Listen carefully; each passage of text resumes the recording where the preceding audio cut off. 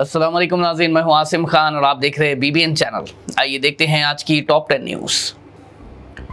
अमेरिकी सदर Donald Trump ने कहा कि अमेरिका ईरान के एक आला ऑफिशियल के साथ बातचीत में है और दोनों साइड्स जंग को ख़त्म करने के लिए डील की तरफ बढ़ रहे हैं। उन्होंने ये भी बताया कि ईरान ने खुद राब्ता कायम करने की कोशिश की, लेकिन ईरान ने फ़ौरन इसका इनकार करते हुए कहा कि वॉशिंगटन के साथ कोई भी डायरेक्ट या इनडायरेक्ट मुज़ाकरा नहीं हो रहे।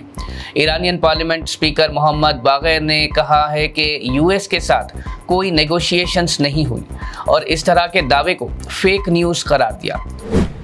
रिपोर्ट्स के मुताबिक पाकिस्तान के इस्लामाबाद को यूएस और ईरान के दरमियान मुमकिन टॉक्स के लिए वेन्यू के तौर पर देखा जा रहा है, जहां व्हाइट हाउस के स्पेशल एनवॉयस और यूएस वाइस प्रेसिडेंट जेडी वांस शामिल हो सकते हैं और ईरान के ऑफिशियल्स भी इस मीटिंग में हिस्सा ले सकते हैं।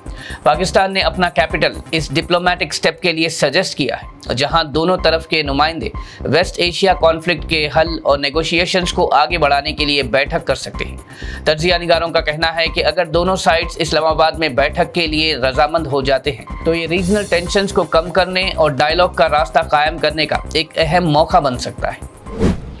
कांग्रेस स्पोक्सपर्सन सुप्रिया श्रीनाटे ने गहरी फिक्र का इजहार करते हुए भारतीय वज़ीर-ए-आज़म नरेंद्र मोदी से शदीद सवाल पूछा कि अमेरिका और ईरान के तनाव को कम करने के लिए इजिप्ट, तुर्की के अलावा पाकिस्तान जैसा दहशतगर्द मुल्क तक मदद कर रहा है, तो फिर भारत कहाँ है।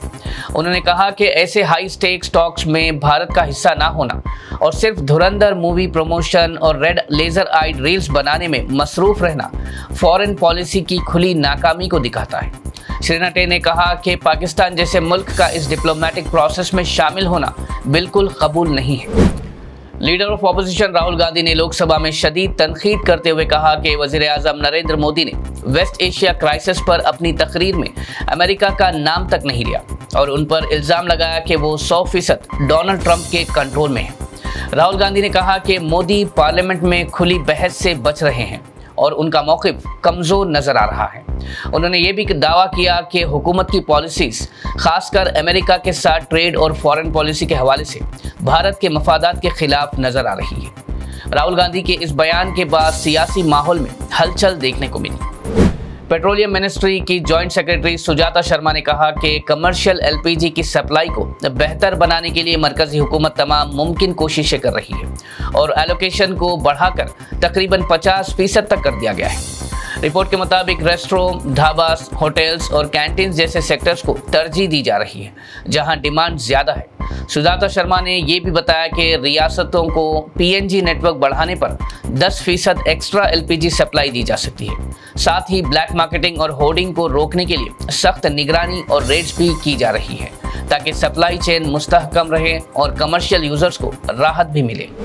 सुप्रीम कोर्ट ने कहा है कि इस्लाम या क्रिश्चियनिटी में कन्वर्ट होने वालों को शेड्यूल्ड कास्ट यानी एससी स्टेटस नहीं मिल सकता। अदालत ने वाज़ेह किया कि यह स्टेटस सिर्फ हिंदू, सिख और बुद्धिस्ट मजहब तक महदूद है और कन्वर्जन के बाद एससी बेनिफिट्स ख़त्म हो जाते हैं। कोर्ट ने कहा कि ये कानून कॉन्स्टिट्यूशन शेड्यूल्ड कास्ट ऑर्डर 1950 के तहत है और इसमें कोई एक्सेप्शन भी नहीं है। तेलंगाना वज़ीर आला रेवंत रेड्डी की सरबराही में कैबिनेट ने hate speech and hate crime prevention bill 2026 को मंजूरी दे दी है, जिसका मकसद मजहबी नफरत फैलाने वाली तकरीर, पोस्ट और ऐसे अमाल को रोकना है जो कम्युनल हार्मनी को मुतासिर करते हैं। रिपोर्ट के मुताबिक कैबिनेट ने रोहित वेमुला एक्ट के लिए भी एक सब कमेटी बनाने का फैसला किया है जो तालीमी इदारों में कास्ट डिस्क्रिमिनेशन को रोकने के लिए कवायद तैयार करेगी। इस कमेटी की सरबराही डिप्टी सीएम मल्लू भट्टी विक्रमार्का करेंगे, जबकि कई वज़रा इसमें शामिल होंगे।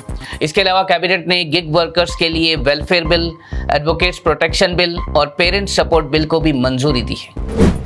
बीआरएस ने तेलंगाना असेंबली और काउंसिल में गैस की शॉर्टेज पर फौरी बहस की डिमांड करते हुए गन पार्क पर धरना दिया।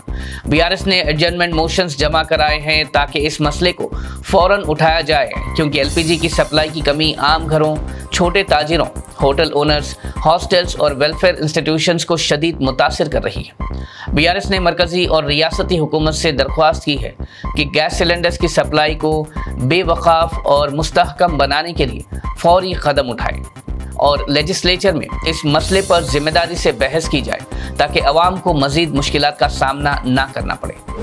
Hyderabad city police commissioner VC Sajjanar ने आवाम से कहा है कि शहर में फ्यूल और एलपीजी सिलेंडर्स की सप्लाई बिल्कुल नॉर्मल है और कोई शॉर्टेज नहीं है। उन्होंने दरख्वास्त की कि लोग फिलिंग स्टेशंस पर भीड़ ना लगाएं और घबराहट ना करें, क्योंकि ऐसे अमल से ट्रैफिक और परेशानी बढ़ सकती है।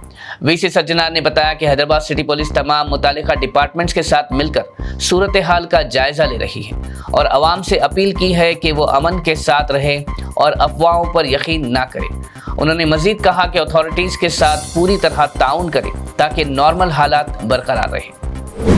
हैदराबाद और उसके आसपास के इलाकों के लिए इंडिया मेट्रोलॉजिकल डिपार्टमेंट ने येलो अलर्ट जारी करते हुए आने वाले 2 दिन यानी 26 और 27 जनवरी को हल्की बारिश के इम्कानात बताए हैं, जबकि दिन के औकात में तेज़ धूप रहने का भी इम्कान है।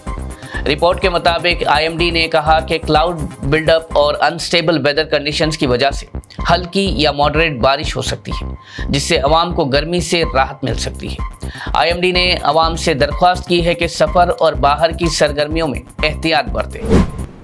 नाज़रीन, ये थी आज की टॉप 10 न्यूज़। देखते रहिए बीबीएन चैनल। मुझे दीजिए इजाज़त। अल्लाह हाफिज़।